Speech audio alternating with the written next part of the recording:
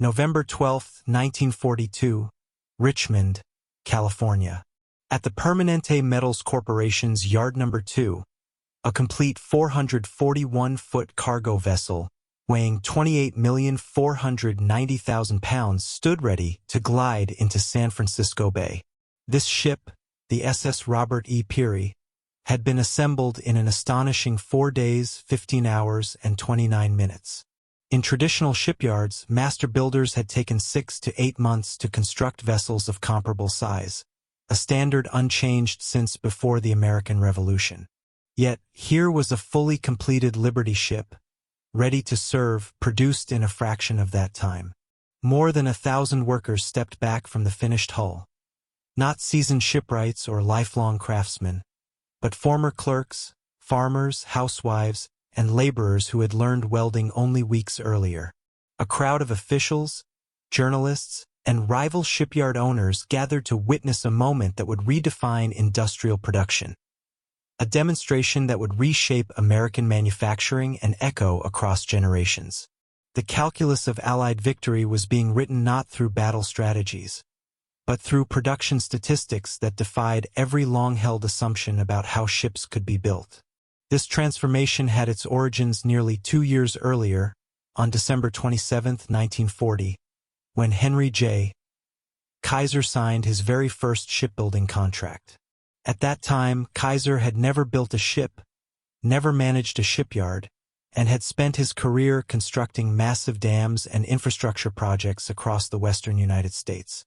At 58 years old, the seasoned construction magnate boldly promised the U.S. Maritime Commission that he would build 30 cargo vessels for the British government within 2 years. Established shipbuilders scoffed at the idea. They saw Kaiser as a naive opportunist chasing wartime contracts he didn't understand. Even his initial partner, Todd Bath Iron Works, one of America's oldest shipyards, assumed their expertise would have to compensate for Kaiser's inexperience. But what none of them realized was that Kaiser's lack of shipbuilding background would prove to be his greatest advantage. Among those watching skeptically was William Francis Gibbs, the nation's leading naval architect, whose firm, Gibbs and Cox, had designed the Liberty ship blueprints derived from British models. Gibbs had designed more ships than Kaiser had probably ever seen. Yet he was about to witness a revolution led by an outsider who questioned every rule of his trade. The journey from skepticism to transformation began in the planning offices of Todd Shipyards in New York in early 1941. As Kaiser and his engineers examined traditional shipbuilding processes, they quickly realized that conventional methods would never meet the urgent demands of wartime production. Kaiser's chief engineer, Clay Bedford, had recently visited a Ford Motor Company assembly line in Detroit, where he saw automobile chassis rolling past workers who installed prefabricated components at each station. Bedford returned to California convinced that ships could be built the same way, through modular assembly line production. Traditional shipbuilders dismissed this idea as absurd. To them, ships were crafted, not manufactured. But Kaiser saw an opportunity to treat shipbuilding as an engineering problem rather than an artisanal tradition, a philosophy that would soon redefine industrial efficiency. The first true shock to the establishment came when Kaiser proposed to eliminate riveting entirely. For centuries, ships had been constructed by joining overlapping steel plates with heated rivets hammered into place, a process that required years of training and near-perfect coordination. A skilled team might install 100 rivets per day, and each Liberty ship needed around 1 million rivets if built traditionally. Kaiser instead proposed using electric arc welding, a technique he had mastered while building pipelines in the American West. His idea horrified traditional naval engineers. Vice Admiral Emory Land, chairman of the U.S. Maritime Commission, reviewed Kaiser's plan with deep skepticism. In private letters later preserved in the National Archives, Land wrote, "Welding has never been proven reliable for hull construction at this scale. The British Navy forbids welding on warship hulls. Kaiser is asking us to gamble our supply lines on an untested method." Yet despite his doubts, Land understood the dire reality. German U-boats and surface raiders were sinking Allied shipping faster than it could be replaced. In 1941 alone, more than 3.6 million tons of Allied shipping were lost to the ocean. Britain was starving. American shipyards, bound by traditional construction timelines, took an average of 230 days to build a single cargo ship. At that rate, the Allies would lose the Battle of the Atlantic long before production could catch up. Thus, Land approved Kaiser's contract not out of confidence, but out of necessity. In Richmond, California, between January and December 1941, Kaiser's crews began transforming an empty stretch of mudflats into a shipyard, one that would soon horrify traditional maritime engineers and revolutionize the modern industrial world. The construction of the Richmond Shipyard began in early 1941 on a stretch of empty shoreline that was little more than mud and marshland. Within a single year, Kaiser's crews, veterans of large-scale construction projects like dams and highways, transformed it into a sprawling industrial complex unlike anything the shipbuilding world had ever seen. Traditional shipyards relied on massive gantry cranes, long longitudinal building ways, and a linear production flow that resembled craftwork more than mass production. But Kaiser's Richmond Yard broke every rule. Instead of a conventional layout, Richmond resembled an automobile factory.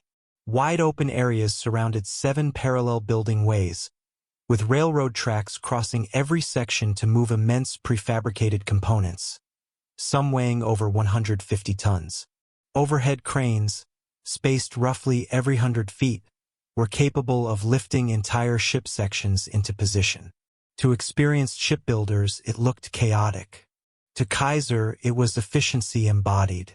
When John Riley, chief naval architect at Bethlehem Steel Corporation and a shipbuilder with 3 decades of experience, toured the Richmond Yard in May 1941, his inspection report, marked confidential at the time, revealed a mixture of criticism and reluctant admiration. Kaiser has violated every principle of efficient shipyard layout I have learned in 30 years, Riley wrote. His prefabrication areas are far too large. His crane capacity is excessive. His building ways are too short.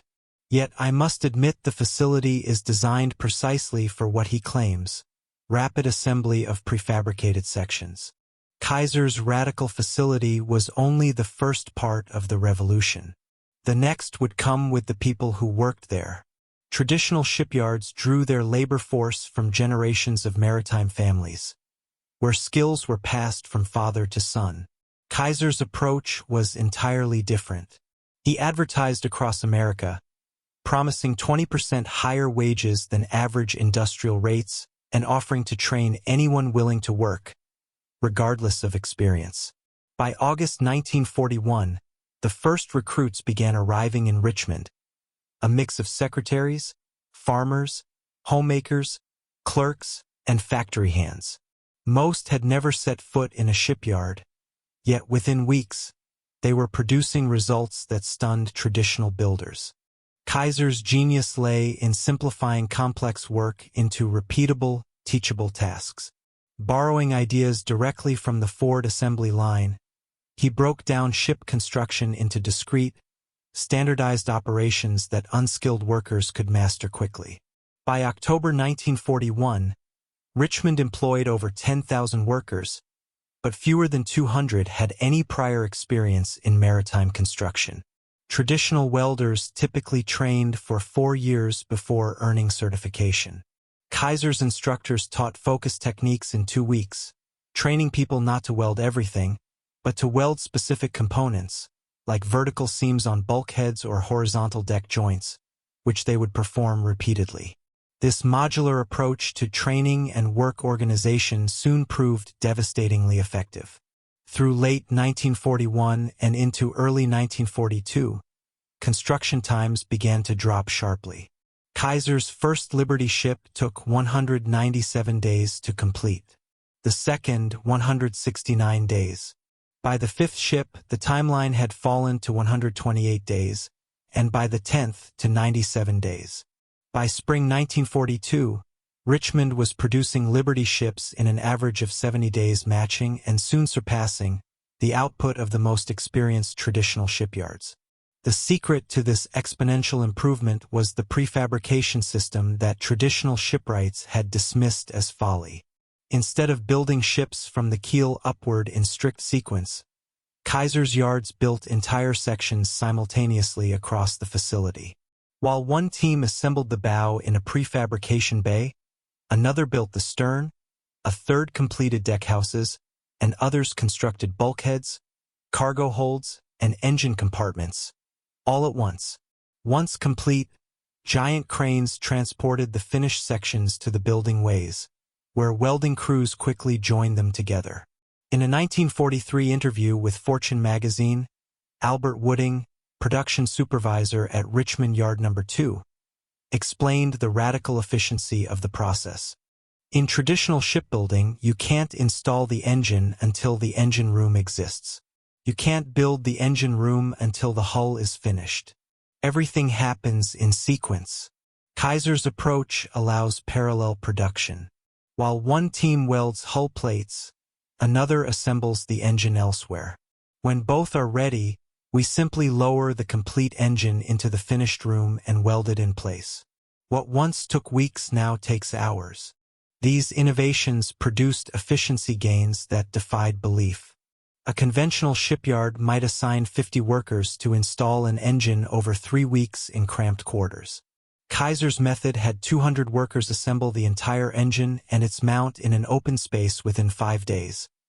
Then use cranes to position it in a single 8-hour operation. Even more shocking to traditional shipwrights was Kaiser's casual disregard for age-old precision practices. Ships had always been constructed using highly detailed plans specifying every bolt and joint. Kaiser simplified these blueprints, leaving many minor details to the worker's judgment. To traditionalists, this was recklessness. To Kaiser, it was flexibility. Vice Admiral Howard Vickery, vice chairman of the Maritime Commission and a lifelong naval officer, initially fought against these simplified specifications. But meeting notes from early 1942 reveal his gradual conversion. In January, I opposed Kaiser's request to reduce drawing detail. Ships are not automobiles. Maritime construction demands precision. By March, his yards were outproducing our traditional contractors by 40%. By June, the gap was 70%. I learned that perfection is the enemy of sufficient. Kaiser's ships might not have been elegant, but they were good enough. And good enough ships carried cargo while perfect ones remained unfinished. By the summer of 1942, Kaiser's success had sparked competition among his 7 shipyards across California, Oregon, and Washington. His son Edgar Kaiser, vice president and general manager of the operations, oversaw the Pacific Northwest yards, while Clay Bedford directed Richmond's facilities in California. The two men, both fiercely ambitious, began an informal race to see whose yard could build ships faster. Newspapers treated the rivalry like a sporting event, publishing ship completion times like baseball box scores. Records fell repeatedly through the summer and fall of 1942, culminating when the Oregon Shipbuilding Corporation launched the SS Joseph N. Teal in just 10 days, a feat that astonished the world. Vice Admiral Vickery eventually ordered the speed competitions to stop, calling them stunts that distracted from broader production goals. But by then, Kaiser had already achieved what he wanted. His workers now believed that extraordinary speed was not only possible, it was expected.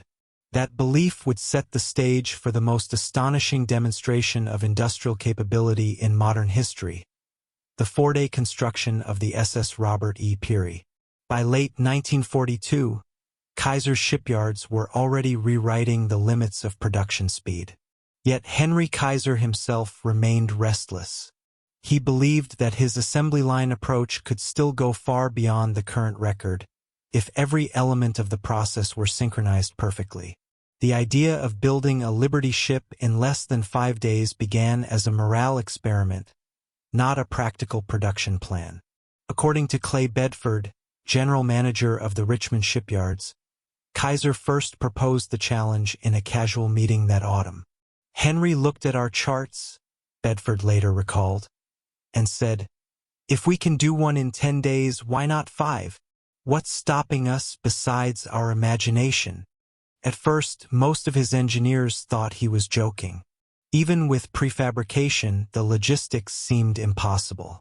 A Liberty ship contained more than 250,000 separate parts, 30 miles of welding seams, and required installation of 1,200 tons of machinery, not counting electrical, plumbing, and cargo equipment.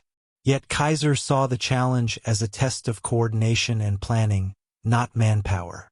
He wanted to prove that, with proper preparation, it was possible to compress every stage of construction into a single continuous flow. Thus, in October 1942, Bedford and his deputy, W.A. Big Bill Harrington, began planning what they called Project X, a top-secret schedule to assemble one Liberty ship at unprecedented speed. They selected hull number 440, assigned to the SS Robert E. Peary, named after the Arctic explorer. The location, Richmond Shipyard No. 2, the most advanced of Kaiser's 4 California facilities. The goal was simple but staggering: to build, launch, and complete a full Liberty ship in less than 120 hours. The planning phase. The key to achieving this would be total prefabrication.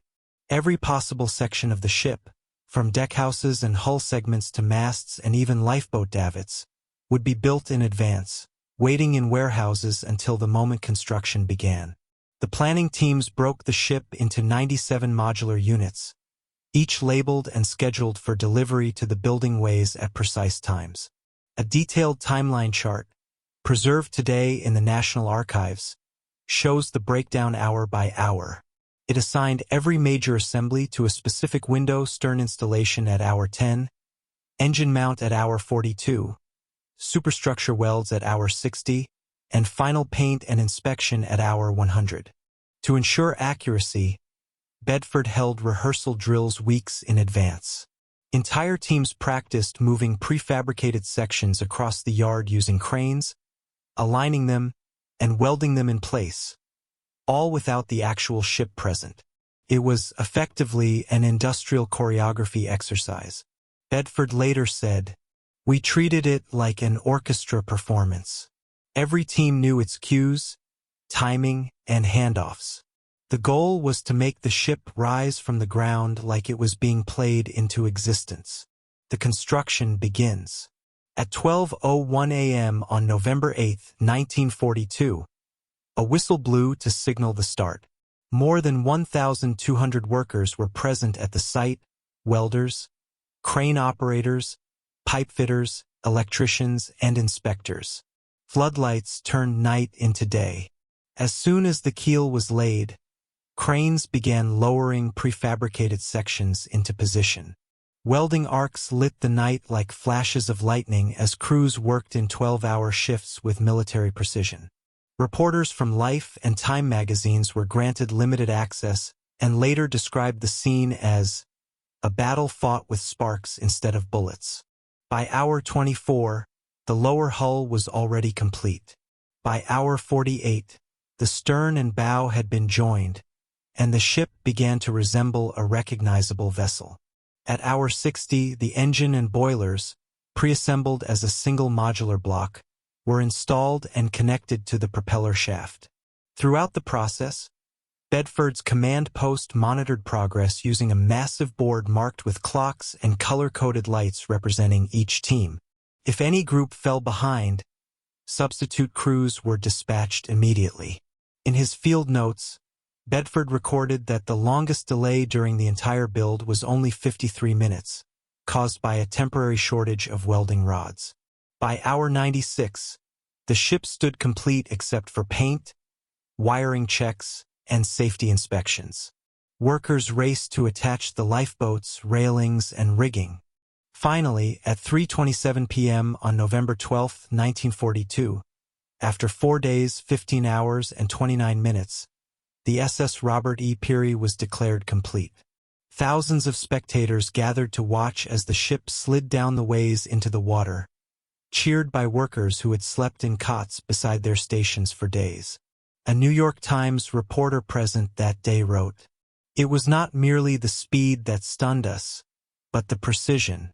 The Peary went to sea without a single structural defect. Her seams held, her engines ran true. She was as sound as any ship built in half a year." Public reaction. News of the achievement spread instantly.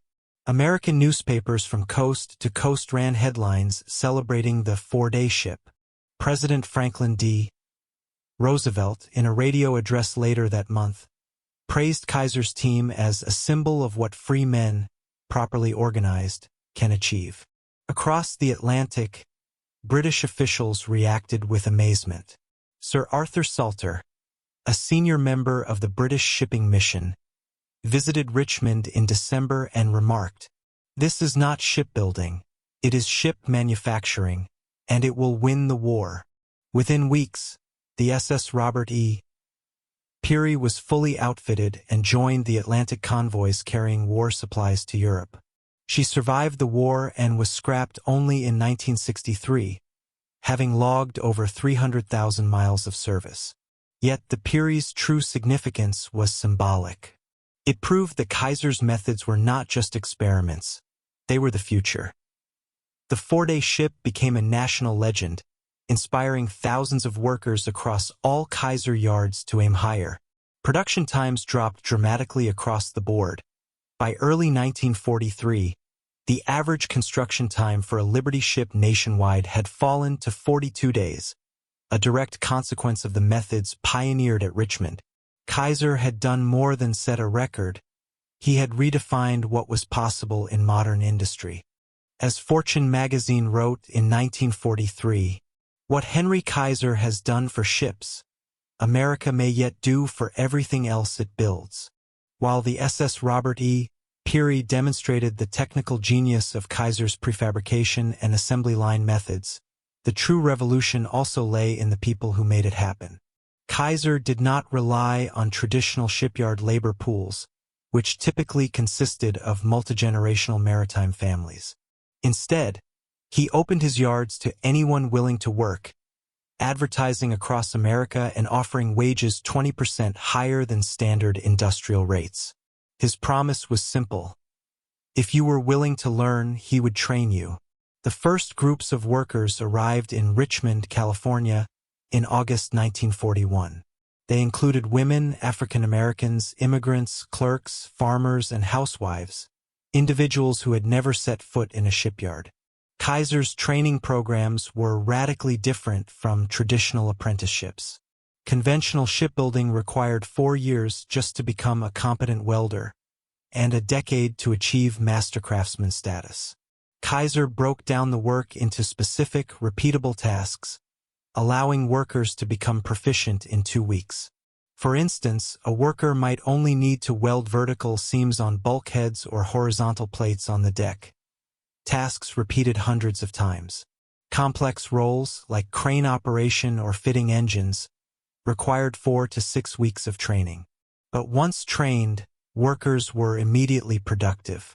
By late 1941, Richmond employed over 10,000 workers, almost none with prior maritime experience.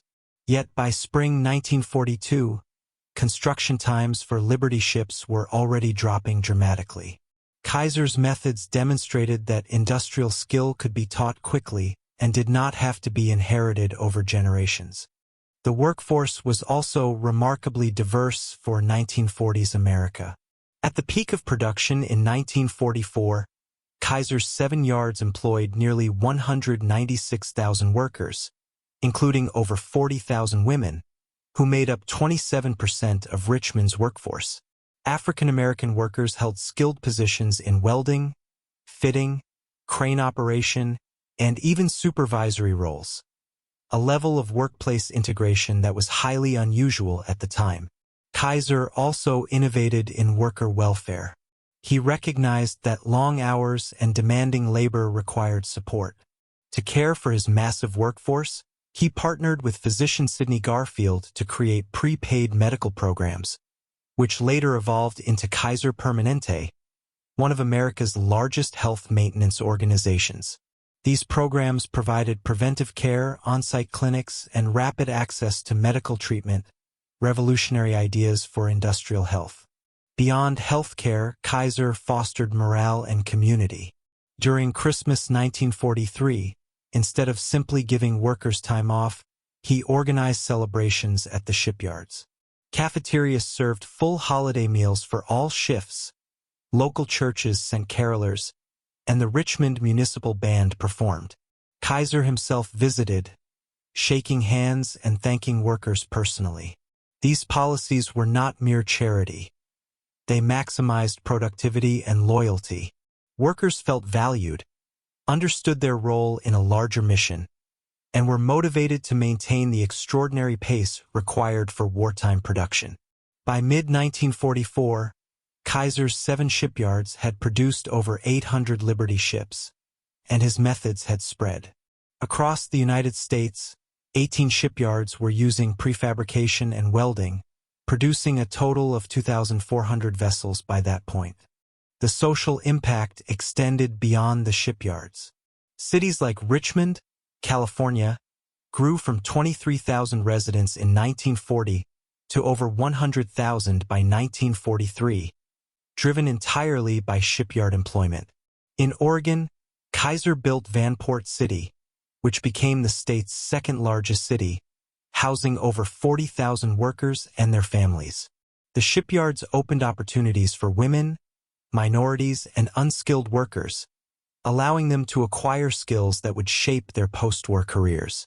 Tens of thousands of workers who had learned welding, fitting, and assembly during the war went on to hold skilled industrial jobs in peacetime, contributing to the post-war economic boom. Kaiser's innovations also challenged traditional assumptions about labor and skill. By demonstrating that complex tasks could be mastered quickly by ordinary people, he proved that industrial expertise could be democratized, a lesson that would influence manufacturing across sectors for decades. The workforce, their training, and the welfare systems Kaiser implemented were just as important as cranes, prefabrication, and welding. They turned ordinary Americans into extraordinary producers, proving that human potential could be unlocked through organization, training, and motivation, even under wartime pressure. By mid-1942, Kaiser's shipyards were operating at an unprecedented scale. Richmond, Portland, Vancouver, and other facilities had perfected the prefabrication and parallel construction methods that made the SS Robert E. Peary possible. Kaiser's yards were now producing Liberty ships at speeds that astounded traditional shipbuilders. Each facility became a self-contained ecosystem, with dedicated prefabrication areas, workshops, and assembly lines optimized for simultaneous construction of ship sections. The assembly process was fully modular. While one team worked on the bow, another completed the stern. Deckhouses, engine rooms, and cargo holds were built in parallel across different bays. Once components were ready, massive cranes moved them to the building ways, where welding crews joined the sections into a single vessel. This approach was radically different from traditional sequential shipbuilding, where construction proceeded step by step from keel to deck. In conventional yards, progress on one part of the ship blocked work on others. Kaiser eliminated these bottlenecks, creating a true production pipeline. The inter-yard race. As production increased, competition emerged naturally among Kaiser's 7 shipyards. His son Edgar Kaiser, vice president and general manager, oversaw the Pacific Northwest yards, while Clay Bedford ran the Richmond operations. The two men began a friendly rivalry to see whose yard could build ships faster, a challenge that soon captured public attention. Newspapers treated the races like sports events, publishing progress reports and completion times as headlines. Records fell repeatedly. In September 1942, the Oregon Shipbuilding Corporation launched the SS Joseph N. Teal in just 10 days. Richmond, determined to outdo its sibling yard, immediately improved its processes, laying the groundwork for the 4-day Peary record in November. Although Vice Admiral Howard Vickery later ordered the competitions halted, calling them stunt demonstrations, the rivalry had already achieved its goal. Workers across all yards now believed that extraordinary speed was expected, not just possible. Prefabrication and parallel production perfected. By 1942, the Richmond yards had refined the prefabrication process to perfection. Hull sections, deckhouses, and cargo holds were fully constructed and fitted with equipment before the keel was laid. Engines and boilers were assembled as complete modular units, tested off-site, and installed in a single lifting operation. Electrical wiring, plumbing, and fittings were pre-assembled, allowing crews to focus on installation rather than fabrication on the building ways. Albert Wooding, Richmond's production supervisor, explained, "In traditional shipbuilding, you have to wait for the hull to finish before installing the engine. Here, while the hull is being welded, the engine is fully assembled. When both are ready, it takes just hours to integrate them." This method reduced labor inefficiencies dramatically. A job that previously required 3 weeks for 50 workers could now be completed by 200 workers in 5 days, with significantly less strain and congestion. Statistical proof of efficiency. The results were undeniable. Kaiser's first Liberty ships required 197 days to complete. By the 10th ship, construction time dropped to 97 days. Spring 1942 saw an average of 70 days per ship, and the trend continued downward with every cycle. Production efficiency was not just speed but reliability. Despite skepticism from traditional shipbuilders, the ships built through prefabrication and parallel assembly were fully operational and seaworthy. This success fundamentally challenged conventional maritime wisdom. Shipbuilders had long believed that only skilled, generational craftsmen could build complex vessels quickly and safely. Kaiser's system proved that ordinary workers, properly trained and organized, could match or exceed the output of seasoned experts. Psychological impact. The rapid construction times and repeated successes had a psychological effect on both workers and the maritime establishment. Workers gained confidence that extraordinary speed was possible. Traditional shipyards, once dismissive of Kaiser's methods, began sending engineers to Richmond to study the techniques. The idea of industrial-scale shipbuilding became credible, rather than a theoretical dream.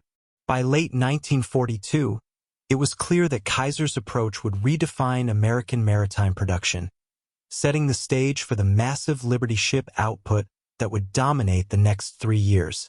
By late 1942, Kaiser's shipyards were producing Liberty ships at an unprecedented pace.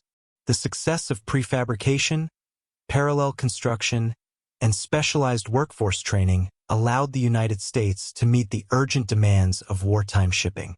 The production statistics were staggering. By early 1943, the average construction time for a Liberty ship had fallen from 230 days to just 42 days. Kaiser's 7 yards alone produced 1,490 ships, accounting for 27% of all American wartime merchant shipping under maritime commission contracts.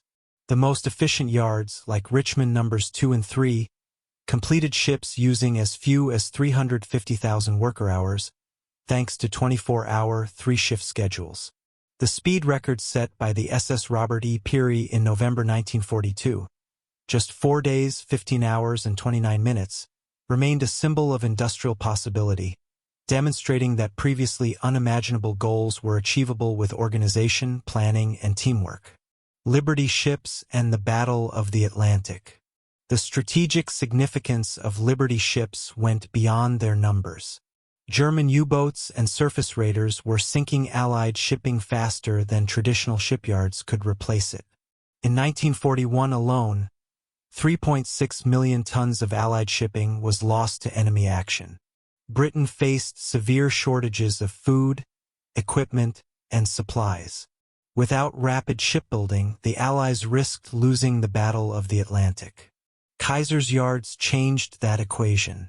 American shipyards, leveraging prefabrication, reduced construction times from 230 days to under 50 days per ship by mid-1943. At peak production, the United States launched 3 Liberty ships daily, producing more tonnage than German submarines could sink. The new ships carried essential cargo, thousands of jeeps, tanks, ammunition, and raw materials, sustaining Allied armies across multiple fronts. Admiral Chester Nimitz later reflected on the strategic impact in his memoirs. "We fought across 5,000 miles of Pacific Ocean, supplied by ships built faster than the enemy could sink them. Japan assumed our industrial capacity was finite. They failed to account for Henry Kaiser. By 1944, we were replacing shipping losses faster than they could inflict them. The mathematics of attrition favored the side with greater industrial production. Kaiser's yards proved that logistics and manufacturing capacity, not individual acts of valor, often determined the outcome of war." National and international recognition. The accomplishments of Kaiser's shipyards drew widespread attention. Newspapers across the United States celebrated the speed, scale, and efficiency of the Liberty ship program. British officials, including members of the Admiralty, visited Richmond and praised the American approach. Commander Joseph Kenworthy, assigned to the British delegation, reported, "The United States is producing merchant shipping at a rate exceeding the combined capacity of the rest of the world. Kaiser alone produces more tonnage monthly than the entire British shipbuilding industry. The ships may lack elegance, but they carry cargo, and there are thousands of them." The quantitative success, hundreds of ships launched per year, was matched by qualitative reliability. Despite the rapid construction, Liberty ships proved seaworthy. Of the 2,710 ships built between 1941 and 1945, approximately 200 were lost to enemy action, a 7.4% loss rate, comparable to or better than pre-war merchant shipping standards. Some ships experienced structural issues due to brittle fracture, but these failures were rare, representing just 0.11% of production, and were addressed through improved welding and steel specifications by 1944. The psychological effect. Kaiser's unprecedented speed and scale shattered conventional maritime wisdom. Before 1940, the prevailing belief was that only skilled generational shipwrights could build complex vessels efficiently. Kaiser proved that ordinary workers could be trained rapidly and perform specialized tasks with precision. Mass production and prefabrication could outperform traditional craftsmanship without sacrificing functionality. Industrial ingenuity, not just skilled labor, could determine wartime logistics. This realization had profound effects on American industry, altering perceptions of workforce potential and production capability far beyond shipbuilding. The end of World War II in 1945 brought a sharp decline in demand for Liberty ships. Production ceased in September 1945, and by December, Kaiser's workforce had fallen from 200,000 to fewer than 20,000. Shipyards that had employed tens of thousands were largely empty, and cities like Richmond and Vanport lost much of their wartime population. Yet the knowledge and techniques developed during the Liberty ship program did not vanish. Prefabrication, parallel assembly, and welding methods pioneered by Kaiser became standard practice worldwide. Longevity of Liberty ships. Although intended as emergency vessels with an expected service life of 5 years, many Liberty ships far exceeded expectations. The SS John W. Brown, built in 1942, remains operational as a museum ship in Baltimore as of 2024, over 80 years later. The SS Jeremiah O'Brien, also built in 1942, participated in the 50th D-Day anniversary in 1994, sailing to Normandy under its own power. Others, like the SS Alberton Bow, were repurposed for commercial use decades later, demonstrating the durability and adaptability of the vessels. Global influence. Kaiser's shipbuilding techniques influenced maritime industries across the world. When Japan and South Korea rebuilt their maritime infrastructure in the 1950s and 1960s, they adopted Kaiser's prefabrication and modular assembly methods as the foundation for modern shipyards. Modern facilities in Ulsan, South Korea, and Nagasaki, Japan, can trace their industrial practices directly to the Richmond yards. John Bunker, professor of maritime history, summarized Kaiser's influence. He entered shipbuilding as an outsider, unconstrained by tradition, and in 3 years built more ships than had been constructed in America during the entire previous century. More importantly, he permanently changed how ships would be built worldwide. Industrial and economic ripple effects. Kaiser's methods also transformed American industry beyond shipbuilding.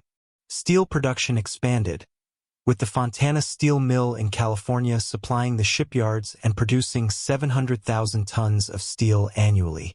Integrated war production facilities for magnesium and aluminum-supported aircraft and ordnance industries. Communities like Richmond and Van Port became hubs of industrial employment, demonstrating the social and economic impact of concentrated industrial investment. Healthcare innovation. Kaiser's approach to workforce welfare had lasting impact. The prepaid medical care programs established for shipyard workers with Dr. Sidney Garfield evolved into Kaiser Permanente, one of America's largest health maintenance organizations, serving millions by the 21st century. This innovation showed that industrial efficiency and worker welfare could coexist.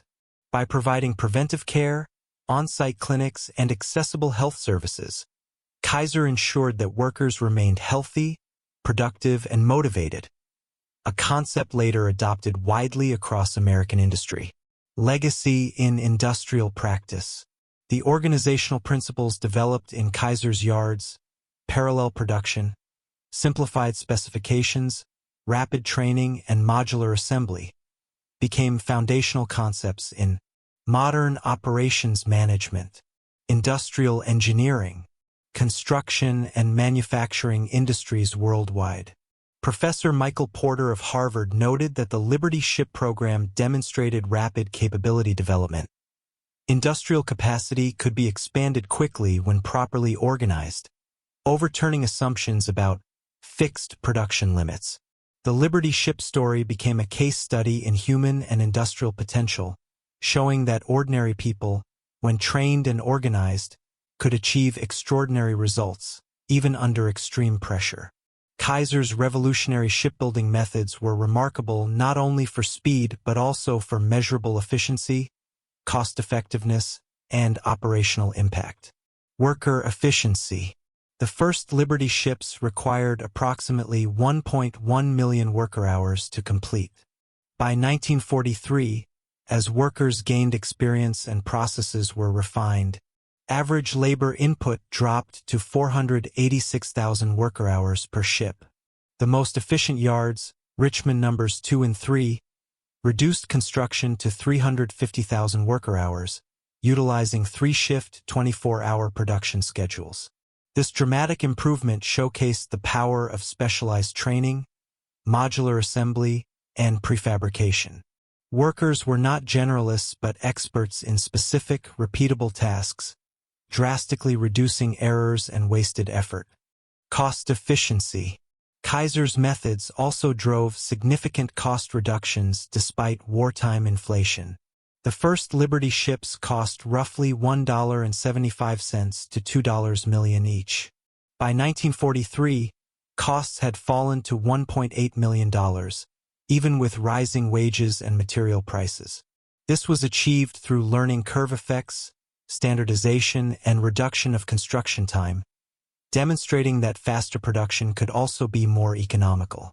Cargo capacity and functionality. Liberty ships were designed to be functional rather than elegant, but their cargo-carrying capabilities were impressive. Each vessel displaced 14,245 tons fully loaded. They could transport 10,800 tons of cargo, including 2,840 jeeps, 440 tanks, or 230 million rounds of ammunition in a single voyage. Powered by triple expansion steam engines, the ships reached speeds of 11 knots, sufficient for convoy operations. These figures proved that adequate ships, built fast, could outperform the slower production of perfect ships, emphasizing utility over craftsmanship during wartime. Training efficiency. Kaiser's training programs were extraordinarily rapid compared to traditional apprenticeships. Spot welders became productive in as little as 10 days. More complex roles, like crane operators or ship fitters, required 4 to 6 weeks. Traditional apprenticeships took 4 years for basic competency and up to 10 years to become a master craftsman. The key was specialization versus generalization. Workers mastered specific tasks repeated hundreds of times, enabling them to achieve peak productivity in weeks instead of years. Structural reliability. Despite concerns about rapid construction and welded assembly, only 3 ships, 0.11%, broke completely due to brittle fracture. Around 1,500 significant fractures were recorded, but catastrophic failures were rare. Improved welding techniques and steel specifications eliminated major issues by 1944. These statistics confirmed that speed did not compromise safety. Liberty ships, built quickly and in large numbers, remained durable and operational well beyond their intended 5-year lifespan. Wartime production scale. The Liberty ship program scale is staggering. 2,710 Liberty ships were built across 18 American yards between 1941 and 1945. At peak production, Kaiser's yards produced 1.8 ships per day. By 1943, American shipyards collectively launched 3 Liberty ships daily, exceeding enemy capacity to sink them. The numbers demonstrate how efficiency, standardization, and organization translated into tangible military and logistical superiority. Despite initial skepticism about rapid production and welded construction, Liberty ships proved remarkably resilient in wartime. Combat losses. Of the 2,710 Liberty ships built between 1941 and 1945, approximately 200 were lost to enemy action, a loss rate of 7.4%, comparable to or better than pre-war merchant shipping rates. Most losses resulted from submarine attacks, mines, or surface raiders, not structural failures. These figures confirmed that welded, prefabricated ships were seaworthy and combat-capable, defying early concerns from traditional shipbuilders. Structural challenges. Some Liberty ships experienced brittle fracture problems due to the rapid adoption of welded hulls. 3 ships broke completely in half, representing just 0.11% of production.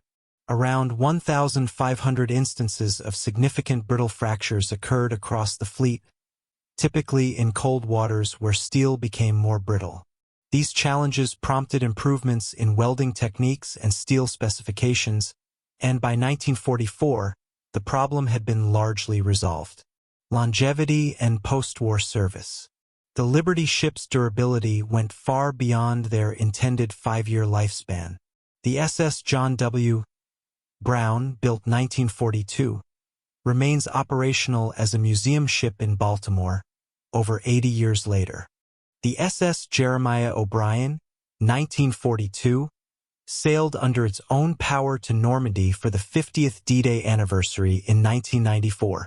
Many ships continued commercial service into the 1960s and 1970s, sold to foreign shipping companies and repurposed for fishing, cargo, or other industrial uses. Even the last Liberty ship built, the SS Albert Mbo, delivered October 30, 1945, survived long-term, becoming the fish cannery ship star of Kodiak in 1965 and still existing today as Trident Seafood's landlocked headquarters in Alaska. Lessons from durability. The performance of Liberty ships proved several important lessons. Speed did not equal compromise. Even under rapid construction, the vessels were functional and reliable. Mass production can coexist with safety. Systematic prefabrication, standardized welding, and quality control maintained seaworthiness. Innovation outpaces skepticism. Despite doubts from the maritime establishment, Kaiser's methods produced ships capable of withstanding combat and decades of use. Strategic impact revisited. The resilience of Liberty ships ensured that the United States could sustain supply lines across the Atlantic and Pacific, giving Allied forces a decisive logistical advantage. Enemy losses, no matter how aggressive, were offset by the continuous output of the shipyards. The ability to replace losses faster than the enemy could destroy them changed the strategic calculus, particularly in the Pacific theater. Admiral Chester Nimitz credited the shipbuilding program as a key factor in winning the war, noting that industrial production often mattered more than individual acts of valor. By proving that ordinary workers could build complex, reliable vessels quickly, Kaiser reshaped both wartime logistics and broader assumptions about industrial capacity. By the end of World War II, Kaiser had built 1,490 Liberty ships, fundamentally transforming American shipbuilding and proving that industrial revolutions are possible when necessity meets innovation. Redefining industrial limits. Kaiser's achievements shattered conventional wisdom. Ships that once required years of skilled craftsmanship were now built in weeks, or even days.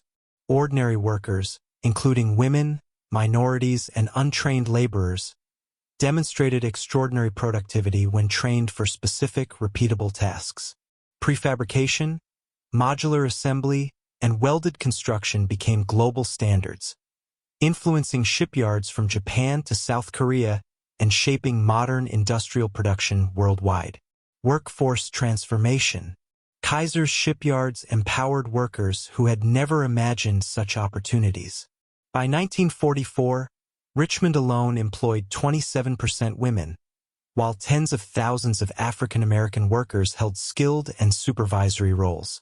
The wartime experience equipped workers with lifelong skills, opening doors to post-war careers and reshaping labor demographics. The Kaiser model demonstrated that human potential can exceed traditional expectations when systems are organized to enable success. Economic and social legacy. The Liberty Ship program also left lasting economic and social impacts. Expansion of steel, aluminum, and magnesium production supported national industrial growth. Cities like Richmond, California, and Vanport, Oregon grew rapidly due to shipyard employment. Kaiser's partnership with Dr. Sidney Garfield led to Kaiser Permanente, pioneering prepaid health care for workers and influencing American medical practice for decades. Lessons in innovation. Kaiser's approach offers enduring lessons for industry and human endeavor. Challenge assumptions. Conventional wisdom is not always correct. Questioning it can unlock breakthroughs. Systematize complexity. Large-scale, repeatable processes allow ordinary people to achieve extraordinary results. Prioritize speed and sufficiency over perfection. Adequate solutions delivered rapidly can outperform perfect solutions delivered too late. Empower the workforce. Training, organization, and trust in workers can multiply productivity and innovation. The symbol of the Liberty ship, the SS Robert E. Peary, built in under 5 days, remains the ultimate symbol of what was achieved. More than a ship, it represented the defiance of tradition in favor of innovation, the power of industrial organization to solve critical problems, the capacity of ordinary people to achieve extraordinary results. Kaiser's techniques influenced not just maritime construction but every field that relies on manufacturing, training, and organizational efficiency. Prefabrication, parallel assembly, and rapid skill acquisition are now foundational practices worldwide, from shipbuilding to aerospace, construction, and beyond. Conclusion. From signing his first shipbuilding contract in December 1940 to launching the Robert E. Peary in November 1942, and completing the final Liberty ships by September 1945, Henry Kaiser proved that industrial revolutions happen not through incremental improvement, but through reimagining what is possible. Extraordinary achievements are often realized by ordinary people, given opportunity, guidance, and the right systems. The Liberty ship program was as much a triumph of human ingenuity, organization, and potential as it was a wartime logistical success. The Liberty ships may largely be gone today, but their legacy endures in modern shipyards, manufacturing processes, workforce empowerment, and the global understanding that necessity and innovation can overcome seemingly impossible challenges. Henry Kaiser's story stands as a timeless testament. When tradition is questioned and human potential is harnessed, the impossible becomes achievable.